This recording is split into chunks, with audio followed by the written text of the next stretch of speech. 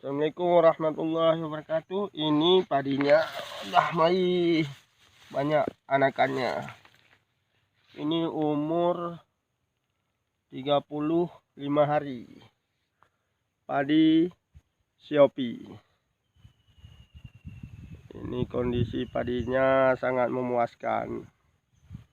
Daun-daunnya pun bagus. Anakannya bagus ini. Padi Shiopi.